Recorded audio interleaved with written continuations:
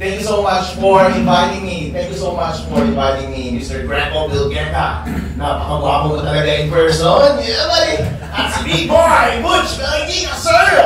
The Greek God. Ang gwapo-gwapo nila, sir. Maraming salamat po sa pag-invite kay Attorney Harold Respicio dito sa forum na ito upang pag-usapan ang mga pagkakamaling nangyari ngayong eleksyon na ito para hindi na maulit sa 2028. Latest po, umami na po si Chairman George Garcia na nag-usap nga pala talaga sila ng congressman na tumatakbo noon sa Bohol at sinabi nga niya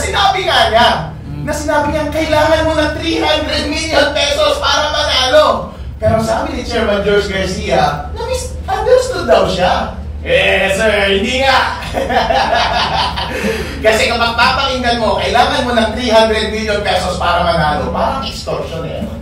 Parang nagsasuggest, nabayaran mo na lang ako ng 300 million pesos para manalo ka ngayong eleksyon. Bayarin na lang natin ngayong eleksyon. Pero misunderstood daw si Chairman. Ang ibig sabihin daw niya, yun daw ang magagastos mo sa eleksyon na ito para manalo. Pero sir, ang allowed na gastos lang ng isang congressman ay 3 pesos kada botante. At 300,000 lang ang botante doon sa distrito niya. Ibig sabihin, ang gastos, 900,000 lang dapat. Bakit mo sinabing 300 million? Sir, hindi nga. Sir, pagkatapos ng pag-file namin sa Supreme Court, marami pong lumalapit na report kay Attorney Harold Respicio na pareho po ang experience. At sir, merong na-record na mataas na opisyal doon sa COMELEC. Huwag muna nating banggitin ngayon. Dahil yung record na yan ay lalabas. Meron po, napatunayan po na tumanggap na 25 million pesos mula sa isang local candidate. Ang problema, tumanggap din mula sa kabilang kandidato. Ang problema ngayon, sinisigil na sir. Nasaan na yung ibinayad namin sa inyo? Sabi, i-refund na lang daw. Pero daw ang problema, nabayaran na daw yung mga ibang commissioner. Abangan po ninyo, lalabas po yung recorded na video na iyan. Ang problema po, sabi, bawi na lang ako sa protest. Nag-protest ka naman eh.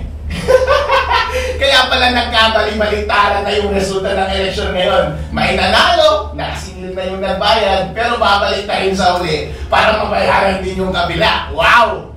Mga taga-COMELEC, ano ba naman yan, sirs? Ngayon po, pinag-uusapan po natin ang mga pagkakamaling nangyari ngayong eleksyon na ito.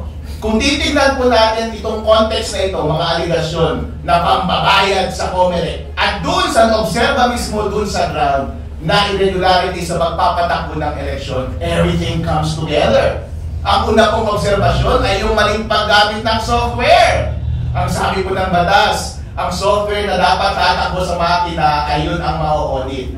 Pero iba po yung inilagay sa makina. Kapag iba na po ang version at iba na po ang hash ng software na yun, iba na po yung nandun sa loob ng makina. Chairman George Garcia, tanong ko po sa inyo, nandun ba sa loob ng software yung daya? Ipakita mo na lang kaya yung software, i-open source mo at kami ang mag-aral, makita natin kung ano ang nasa loob nun. Ang isa po pong pagkakamali na naobserbahan ay yung transmission. Ang sabi po ng batas, dapat dire-diretso mula sa independent automated counting machines papunta sa mga servers. Sabay-sabay, COMELEC servers at mga transparency servers.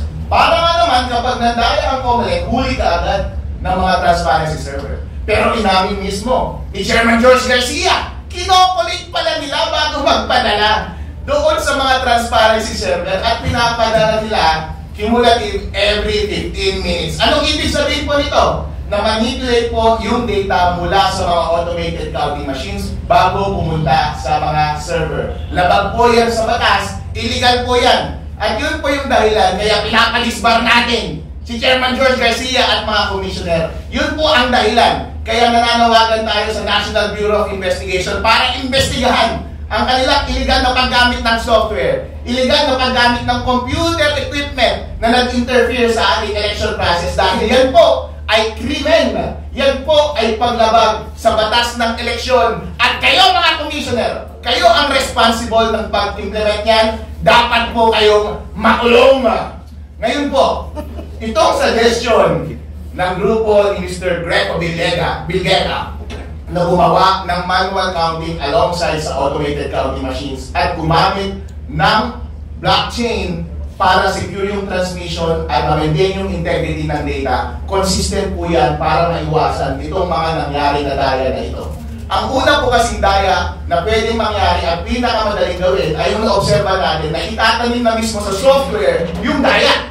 Kasi baka nasa 3.5 na mismo yung daya. Pero kapag manual counting mo yan, syempre, nawala na yung opacity. Transparent na. Makikita na natin mismo yung mga balota. Ang tao po, kapag binidyo mo yan, yung mga election board, yung mga watcher, makikita nila, yung mga balotang binabasa nila, nakikita natin kung nandaraya, makikita natin kung totoo ba talaga yung bilang. Kaya yung problem number 1, makiiwasan po kapag ginawa natin yung manual counting sa araw ng election. Ang pangalawang problema po ay yung problema sa transmission at pag-maintain ng database. Masosolve po yan ng blockchain. Kasi po ang solusyon ni Mr. Belgica ay diretsyo mula sa automated counting machine, diretsyo kaagad sa blockchain. Ang blockchain po kasi, wala pong isang entity na nagko-control yan. Distributed po yan. Yung software po yan ay open source. Hindi mo pwedeng dayain yan at maraming mga servers na independent na nag-maintain ng lahat ng database yan. Kaya kapag transmit mo mula sa automated counting machines papunta sa blockchain, walang kahit na sino mang gobyerno, organisasyon, o media o tao na pwedeng mandaya niyan. Diretso kaagad, in real time, reflected kaagad, kita ng public kung saan yung source at kita kaagad yung resulta ng eleksyon. Kaya wala ka ng panahon para baguhin pa sa gitna yung data na ipinapadala ng automated counting machines. At kapag nasa blockchain na, hindi mo na rin mababago yung final results na nandoon. Kaya hindi mo na mababago yung data na nasa database. Inuulit ko po, in summary, ang problema po ngayong election na ito ay dahil hindi tayo sure kung may daya ba sa pagbilang nandun sa software. Hindi tayo sure kung may daya ba sa pag-transmit dahil inistorbo nila yung data mula sa source automated counting machine papunta sa mga servers. So pwede nilang i-manipulate sa data. Number 3, kapag nandun na sa mga servers, may mga database yun, pwede mo pa rin baguhin kahit nandun na sila sa loob. Lahat po yan maiiwasan dahil yung software ay ma-verify natin through manual counting, yung transmission at database ay maproprotektahan natin dahil po ang isang blockchain ay immutable yung transmission, immutable yung database, hindi po yan mababago. Kaya po, kapag natupad ang suggestion ni Mr. Greco Villela na ayusin ang ating eleksyon sa susunod sa pamamagitan ng paggamit ng parallel manual counting in addition doon sa automated counting ng ating voto at paggamit ng blockchain, hindi na po mauulit yung mga daya ngayon. Kaya Chairman George Garcia at mga commissioner, alis na kayo dyan! Ilagay na natin itong mga idea ni Mr. Greco Villela at gawin natin sa 2028 para lahat po tayo ay masaya at lahat po ng ibinoto natin ay siyang totoong mauupo, mapoproklama at mamumuno sa atin.